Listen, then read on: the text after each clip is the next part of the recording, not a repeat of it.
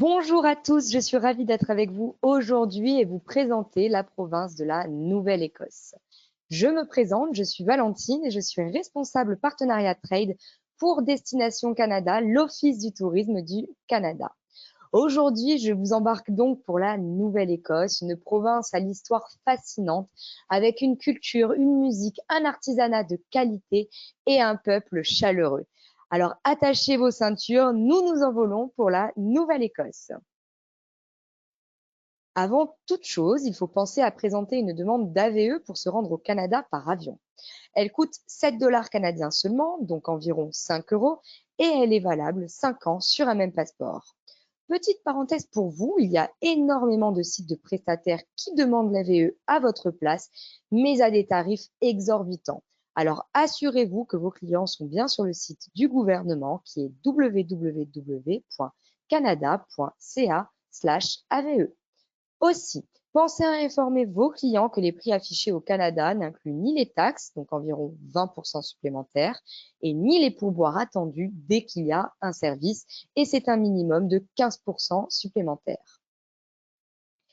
La Nouvelle-Écosse est la deuxième plus petite province du Canada. Elle se trouve sur la côte sud-est du pays, dans les provinces atlantiques. Elle est bordée à l'ouest par le Nouveau-Brunswick, au nord par l'île du Prince-Édouard et à l'est par Terre-Neuve et Labrador. Sa superficie de 55 000 km² représente à peu près 5 fois la taille de la région Île-de-France, mais elle ne compte qu'un peu moins d'1 million d'habitants.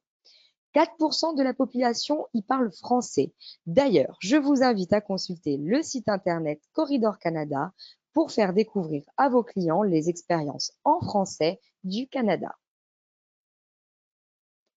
Au départ de Paris-Charles de Gaulle, il faut s'envoler vers le hub de Montréal via Air Canada, Air France ou Air Transat avant de prendre une correspondance avec Air Canada pour arriver à Halifax. Au total, ça fera 12 heures de trajet avec escale et à destination, n'oubliez pas de reculer vos montres de 5 heures. Depuis Montréal, si vos clients préfèrent venir dans les Maritimes en train, sachez que la Nouvelle-Écosse est couverte par la Voie des Maritimes. C'est un train couchette qui traverse l'Est canadien et notamment les provinces du Québec, du Nouveau-Brunswick et de la Nouvelle-Écosse. La portion Montréal-Halifax prend 21h51 précisément avec une nuit à bord. Ça vous permet d'admirer les paysages depuis une voiture panoramique à 2 niveaux et de profiter d'un bar ou d'un wagon-restaurant. Et d'ailleurs, vous pouvez même vous arrêter en chemin, par exemple à Truro ou à Amherst. Certains visiteurs voudront même arriver sur la presqu'île de Nouvelle-Écosse par voie terrestre. Depuis le Québec, cela leur fait traverser la province du Nouveau-Brunswick, ce qui fait un beau voyage itinérant. Le climat de la Nouvelle-Écosse peut se résumer en un mot, modéré. La température quotidienne fluctue surtout en fonction de l'heure, de la journée et de votre proximité de l'océan.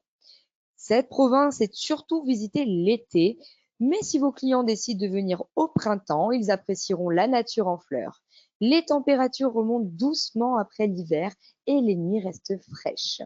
L'été est agréable, comptez environ 25 degrés, voire 30 degrés et au-delà. L'automne, quant à lui, est coloré, les températures restent douces en journée, mais se font fraîches la nuit, ce qui rend les feuilles des arbres lumineuses.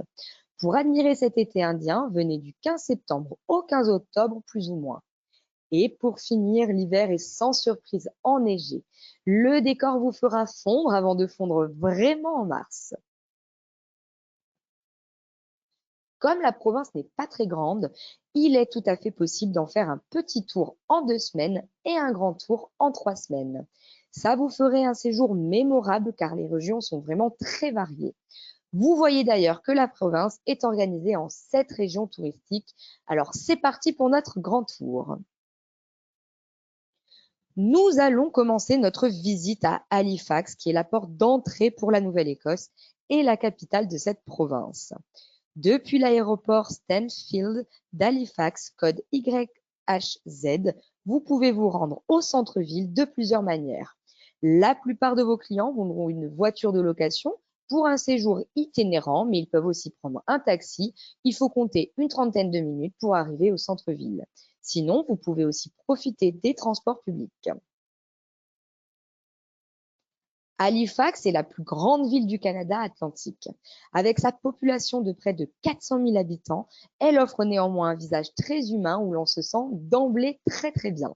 Elle dispose du deuxième plus grand port naturel du monde après Sydney. Donc notre premier conseil, c'est d'aller se balader sur la promenade de bois autour du port. Elle fait près de 4 kilomètres et elle est jalonnée de boutiques, de restaurants, de cafés et de lieux de divertissement. Pour surveiller un port naturel et une base navale aussi importante, les Britanniques avaient fait construire une citadelle en forme d'étoile que vous pouvez voir ici. C'est le lieu historique national de la citadelle d'Halifax qui surplombe la ville. On y trouve le 78e régiment des Highlanders, dont les soldats portaient le kilt. Et une des expériences sympathiques proposées sur place consiste à devenir un soldat pendant une journée et pour découvrir le fonctionnement d'une telle forteresse. Vous pouvez faire le reste de la ville à pied car elle reste assez concentrée. Je vous conseille vivement de visiter le quai 21, qui est le musée de l'immigration du Canada, et aussi la porte d'entrée par laquelle 1 million d'immigrants sont passés pour commencer ici leur nouvelle vie. Vous pouvez d'ailleurs même y retracer les noms et dates d'arrivée de vos ancêtres. Ce musée est vraiment fascinant. Ne manquez pas non plus les bâtiments Historic Properties qui sont le long du front de mer. Les amateurs de jardin iront aussi flâner au bucolique jardin public d'Halifax. C'est un exemple de jardin victorien classique. Et bien sûr, vos clients pourraient en connaître davantage sur le patrimoine de la mer et revivre l'histoire du Titanic au musée maritime de l'Atlantique. D'ailleurs, saviez-vous que le naufrage du Titanic en 1912 s'est passé près des côtes canadiennes? C'était exactement vers la province de Terre-Neuve, donc une autre province maritime canadienne, mais comme le port d'Halifax est très grand, les bateaux pour repêcher les victimes sont principalement venus du port d'Halifax. Du coup, des centaines de victimes sont enterrées au cimetière Fairview d'Halifax, dont un certain John Dunson. En parlant du Titanic et comme le réalisateur James Cameron est canadien, je vous conseille évidemment de regarder le film dont une partie a été effectivement tournée au large des côtes d'Halifax à bord d'un brise-glace canadien. La province a aussi accueilli d'autres productions cinématographiques comme par exemple la comédie dramatique Jeunes mariés ou encore le film de science-fiction Outlander, le dernier Viking. Et pour ceux qui préfèrent les séries, pensez à La Maison sur le lac, Haven ou encore The Book of Negroes. Maintenant que vous cernez Halifax, il est temps de prendre le large et pour ça, direction le rivage sud à l'ouest d'Halifax. On y trouve la plus charmante route des phares et un parc chargé d'histoire. Le panorama côtier est un des trésors de la Nouvelle-Écosse. Entre Peggy's Cove et Lunenburg, vous trouverez une route de phare panoramique réputée sur une centaine de kilomètres. Cela ne prend qu'une heure de trajet, mais comme on s'arrête beaucoup dans les villages et pour des photos, c'est une excursion à la journée depuis Halifax. Donc notre premier arrêt est Peggy's Cove. C'est un authentique village de pêcheurs que vous reconnaîtrez à son phare et qui est perché sur un énorme bloc de granit. On y trouve aussi de charmantes boutiques d'artisanat et de sympathiques cafés après une bonne balade. Un peu plus loin maintenant, on est saisi devant la beauté du site de Mahon Bay. 3 églises construites côte à côte font face à la baie. Le port de Plaisance est aussi très mignon et c'est une petite ville idéale pour manger, faire des boutiques d'artisanat ou encore se loger. Enfin, pour clore la route des phares, nous voilà à Lunenburg. On y découvre une histoire maritime haute en couleurs en déambulant dans les ruelles étroites. Par exemple, vous avez remarqué que les maisons y sont très colorées, alors pourquoi? Tout simplement car à l'époque, les pêcheurs utilisaient le reste de peinture de leur bateau pour peindre leur domicile. Le charme et l'histoire de cette ville lui ont d'ailleurs valu la distinction de site du patrimoine mondial de l'UNESCO. Toujours à Lunenburg, vous pourriez voir le Blue Nose 2. Cette goélette fait 43 mètres de haut et figure sur la pièce canadienne de 10 centimes. C'est une icône nationale. De juin à septembre, elle propose des balades en mer, donc si vous ne la voyez pas au port, vous savez pourquoi. D'ailleurs, comme la Nouvelle-Écosse est dotée d'un littoral très important, vos clients pourraient explorer les côtes à bord d'un voilier, seul ou encore en groupe, pour 2 heures ou tout simplement quelques jours.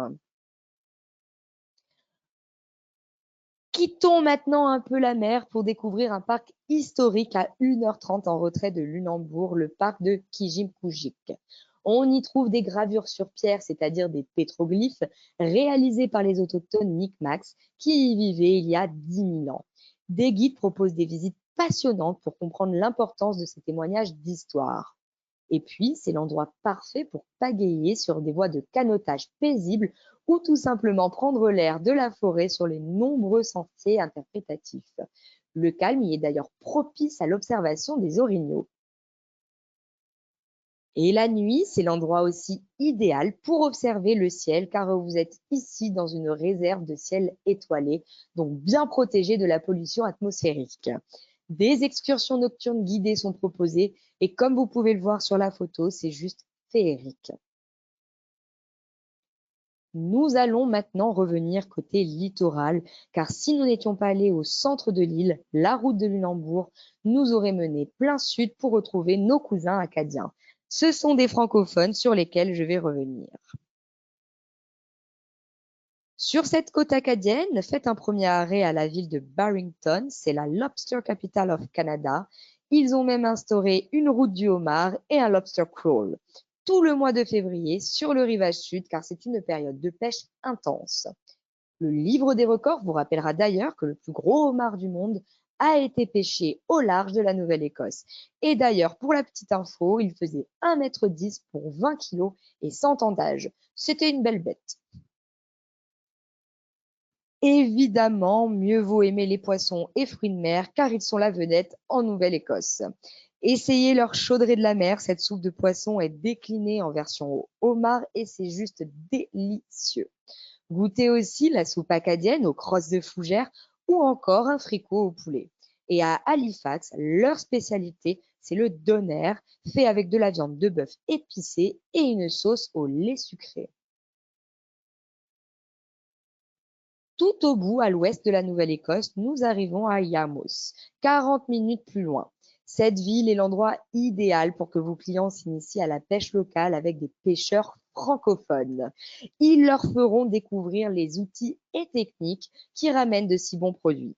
Et aussi visiter les marchés fermiers car on est dans une région résolument gourmande.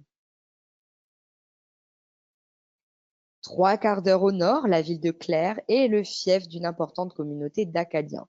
Ce sont les descendants des explorateurs français qui s'étaient établis le long des côtes canadiennes et notamment autour de la baie de Fundy qui est si fertile. Ils avaient été aidés par les autochtones Mi'kmaq pour survivre leurs premiers hivers et sont très très fiers de leur origine française. Alors je vous donne rendez-vous le 15 août pendant le Tintamarre de Clare. Et d'ailleurs, il est très connu et commémore leur histoire d'immigrants délogés de leur terre par les Anglais avant d'avoir eu le droit de revenir peu à peu. En remontant maintenant vers le nord-est, nous longeons la baie de Fundy par la vallée de l'Annapolis. Toujours des fruits de mer, mais aussi des vergers et des vignobles vous y attendent. Mais d'abord, à 1 heure de Clare, à Digby, c'est le moment de prendre la mer pour observer jusqu'à 12 espèces de baleines. Elles viennent s'accoupler, jouer et se gorger de plancton en vous régalant de leur spectacle de juin à octobre. La petite ville de Digby est aussi très connue pour son élevage de pétoncles, donc ce sont des coquilles Saint-Jacques, que vous pouvez goûter, ne vous en doutez pas, à tous les restaurants locaux. 30 minutes plus loin, vous trouverez de nombreux hébergements vers Annapolis Royal. Cette petite localité était le plus ancien établissement européen au Canada. Vous pouvez y visiter le lieu historique national du Fort Anne ou encore les jardins historiques d'Annapolis Royal. En longeant la baie, vous admirerez la superbe baie de Fundy. À 1h20 d'Annapolis Royal, vous découvrirez Halls Harbour, un petit port de pêche pittoresque où manger du homard tout en observant la baie se muer 2 fois par jour au gré des marées. Quand vous avez pris des forces, direction Cap Split, ici en photo, pour une randonnée spectaculaire sur la baie de Fundy. Je vous disais tout à l'heure que nous sommes dans une région gourmande, alors deuxième bonne nouvelle, vous pourrez coupler vos plats à de bons vins locaux. Une vingtaine de vignobles se trouvent dans les environs de la ville de Wolfville. On les appelle les vignobles de la vallée d'Annapolis et deux AOP, donc l'Acadie Blanc et Tidal Bay, ont été récompensés lors de concours internationaux. L'autre intérêt de cette route des vins est d'offrir des vignobles avec restaurant de la ferme à la table, avec des vues juste imprenables sur la baie de Fundy. Vous pouvez d'ailleurs rencontrer les producteurs locaux au marché fermier de Wolfville. À 10 minutes de Wolfville, vous devez aussi absolument visiter le lieu historique national de Grand-Pré. Ce site est l'un des premiers villages acadiens, d'où la belle église de pierre de cette photo. Vous y découvrirez l'histoire émouvante de ces francophones qui ont été chassés de chez eux lors de ce qu'on appelle le Grand Dérangement de 1755. Ce lieu et les paysages de Grand-Pré sont d'ailleurs classés au patrimoine mondial de l'UNESCO.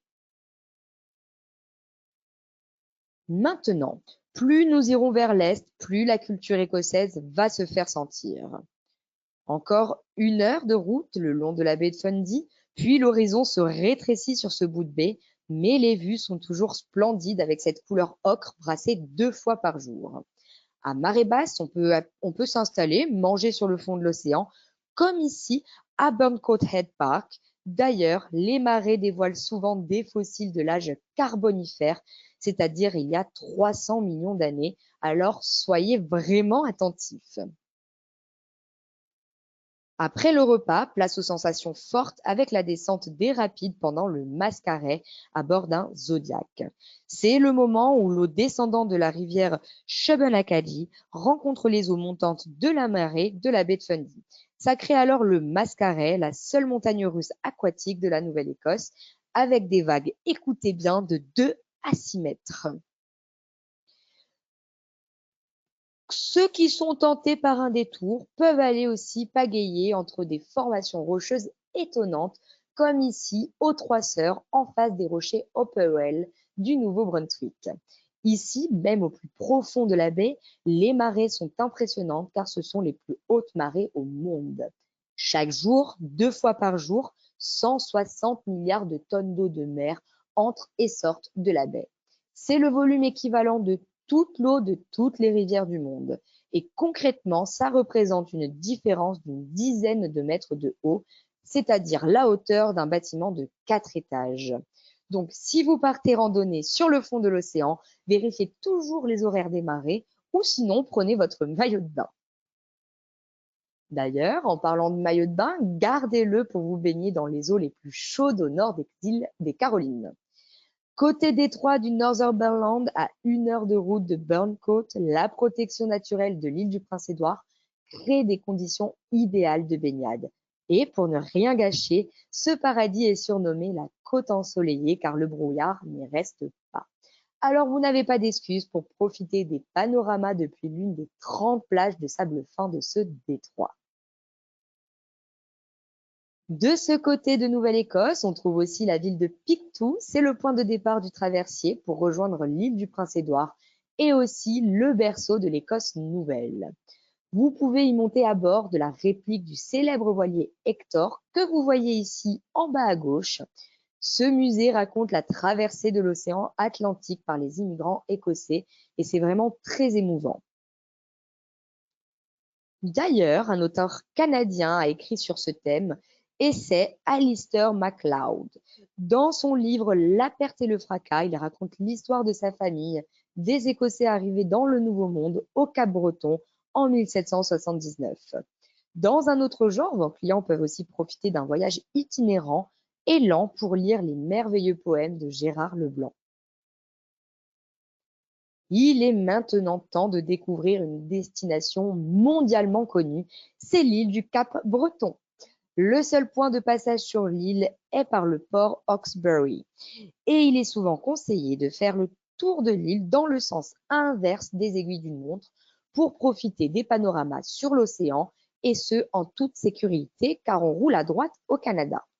Certains peuvent arriver en avion également par la ville de Sydney qui dispose d'un aéroport domestique et le code CYQY.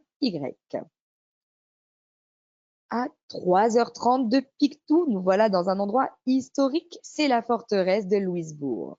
Les Français l'ont construite en 1713 pour protéger le Canada et s'en servir de base arrière pour les navires venus pêcher dans les eaux de Terre-Neuve. C'était l'un des ports maritimes les plus prospères en Amérique du Nord. Vos clients pourront aussi s'y promener, entourés de guides interprètes en costume d'époque pour faire l'expérience de la vie d'un colon français. C'est la plus grande reconstruction historique en Amérique du Nord. Vous pouvez même manger dans l'un des restaurants d'époque où l'on utilise des recettes qui datent de plus de 250 ans. À 1 heure de route de là, vers le milieu de l'île, Saint-Anne vous révélera les racines écossaises de l'île. Certains des meilleurs interprètes de la musique celtique y vivent. Vous pouvez découvrir leur patrimoine musical et dansant et même la fabrication de kilts au centre d'interprétation de la musique celtique et au collège gaélique de Saint-Anne. En soirée, quand ils sortent le violon, c'est le moment de danser lors d'un seildi. Ce mot gaélique signifie fête. Et si vous venez en octobre, vous aurez aussi la chance d'assister à un grand festival gaélique où musiciens, chanteurs, danseurs et conteurs se rassemblent chaque année. En parlant de musique, connaissez-vous ces chanteurs néo-écossais? April Ryan et Anne Murray sont des classiques qui ont fait le box-office. Mais vous pourriez aussi avoir entendu Classified, Winter Sleep ou encore Sarah McLachlan. Il y en a vraiment pour tous les goûts, alors je vous souhaite une bonne écoute. Nous arrivons maintenant sur l'attraction phare de l'île du Cap-Breton, c'est sa route panoramique. La piste Cabot que vous voyez là en jaune est l'une des routes panoramiques les plus belles au monde. Les amateurs de golf y trouvent des greens de calibre mondial comme les parcours Cabot Links et Cabot Cliffs qui profitent de vues sublimes. Le Cabot Cliff a d'ailleurs été nommé meilleur terrain au Canada en 2018. Quant à boucler la boucle de 298 km exactement, vous le pouvez le faire en voiture, en moto, mais certains viennent exprès pour le faire à vélo. Plus de 24 belvédères balisent le parcours et vous donnent l'occasion de faire des pauses photos ou rando. En parlant de pause photo, ouvrez l'œil pour observer une des 12 espèces de baleines qui se rendent en Nouvelle-Écosse chaque année. C'est en été et à l'automne que vous aurez les plus grandes chances d'en voir. Depuis Pleasant Bay, vous pouvez prendre part à une excursion d'observation de baleines à bord d'un bateau ou d'un zodiac où vous entendrez les commentaires divertissants et des histoires locales. 20 minutes plus loin, vous devez absolument vous dégourdir les jambes sur cette courte randonnée aux vues spectaculaires. C'est la Skyline Trail et elle est à flanc de falaise et elle vous offre des couchers de soleil à tomber par terre, je vous le promets. Vous y comprendrez pourquoi on parle de l'île du Cap-Breton comme le joyau de la Nouvelle-Écosse. Les randonneurs ont le choix car il existe une trentaine de parcours de randonnée classés sur l'île du Cap-Breton. L'endroit où se loger dans le coin s'appelle Shetty Camp et c'est à 25 minutes au sud. On y trouve une autre communauté acadienne où vos clients entendront certainement le charmant accent francophone assez chantant. Avant de quitter l'île, mentionnons aussi Baddeck, à 1 heure au sud et au centre de l'île du Cap-Breton. Cette ville offre aussi de nombreux hébergements. Elle s'est fait connaître par Alexander Graham Bell, l'inventeur du téléphone qui avait une maison où sa famille passait tous les étés. Vous pouvez donc y visiter le lieu historique national Alexander Graham Bell pour découvrir la vie et l'œuvre de l'homme qui fut à la fois enseignant, scientifique et inventeur. Le site surplombe d'ailleurs le lac Brador, ce qui en fait vraiment un très bel endroit. Pour rentrer maintenant sur Halifax, je vous propose de couper la route côté rivage est, parlons histoire, plage de sable blanc et île sauvage. Le village musée dynamique de Sherbrooke Village est situé à 2 heures de route de Baddeck et c'est l'un des plus importants en Nouvelle-Écosse. Il comporte environ 25 bâtiments authentiques que des interprètes costumés vont vous faire vraiment revivre cette histoire et vraiment comme au 19e siècle. Le rivage est est aussi connu pour sa nature sauvage intouchée, avec notamment de longues plages de sable blanc. Alors, peu importe la saison, c'est l'heure du surf dans les vagues déferlantes des plages Lawrencetown et Martinique. Sinon, prenons le cap sur l'archipel 100 Wild Islands. Protégées à perpétuité, ces îles sont réputées pour toutes leurs anses abritées, leurs eaux turquoises, leurs caps balayés par les grands vents et aussi leurs forêts pluviales boréales qui sont juste hors du commun. Vous y trouvez d'ailleurs beaucoup de chevaux sauvages. Notre tour de Nouvelle-Écosse est maintenant terminé, alors rappelons-nous ce que nous avons vu aujourd'hui. À notre arrivée à Halifax, nous avons pris plein ouest, direction la route des phares du rivage sud. Nous avons ensuite découvert le rivage acadien vers Yarmouth, puis remonté la baie de Fundy en goûtant les vins de la vallée de l'Annapolis. Nous nous sommes ensuite baignés dans les plages chaudes du détroit de Northumberland vers Pictou, avant de faire une virée spectaculaire à l'île du Cap-Breton. Pour revenir, nous avons fait halte au rivage est, au village d'antan de Sherbrooke et sur les plages de sable fin. Alors, pour résumer, pourquoi venir en Nouvelle-Écosse? Déjà, il est juste fascinant d'y revivre l'histoire des immigrants depuis les Français, les Écossais et les Anglais, sans compter les autochtones. Ensuite, il faut reconnaître que les panoramas côtiers sont juste époustouflants et variés depuis les nombreuses routes panoramiques. Vous y trouvez autant des falaises rocheuses que des plages de sable blanc ou encore même rougeoyants, sans oublier la faune comme les baleines qui fréquentent ce littoral très sympathique. Enfin, village de pêcheurs, bergers, vignobles, tout ça donne une douceur de vivre bien gourmande à la presqu'île de Nouvelle-Écosse. Alors, quand partez-vous en Nouvelle-Écosse? Dites-nous et surtout rappelez-vous que notre équipe est là pour vous aider avec vos itinéraires ou si vous avez besoin d'une liste de réceptifs, n'hésitez pas à nous contacter. Donc, pour en savoir plus, visitez les sites officiels de l'Office de tourisme national avec explorecanada.fr et l'Office de tourisme provincial avec novascotia.com ou sinon /fr. Je reste bien sûr à votre disposition pour toute question. Vous trouvez ici mon courriel qui est vpissard@tourisme-synergique.com. Pour terminer, je vous laisse avec la magnifique vidéo de la province de la Nouvelle-Écosse et je vous souhaite une très belle journée à tous et je vous dis donc à bientôt au Canada.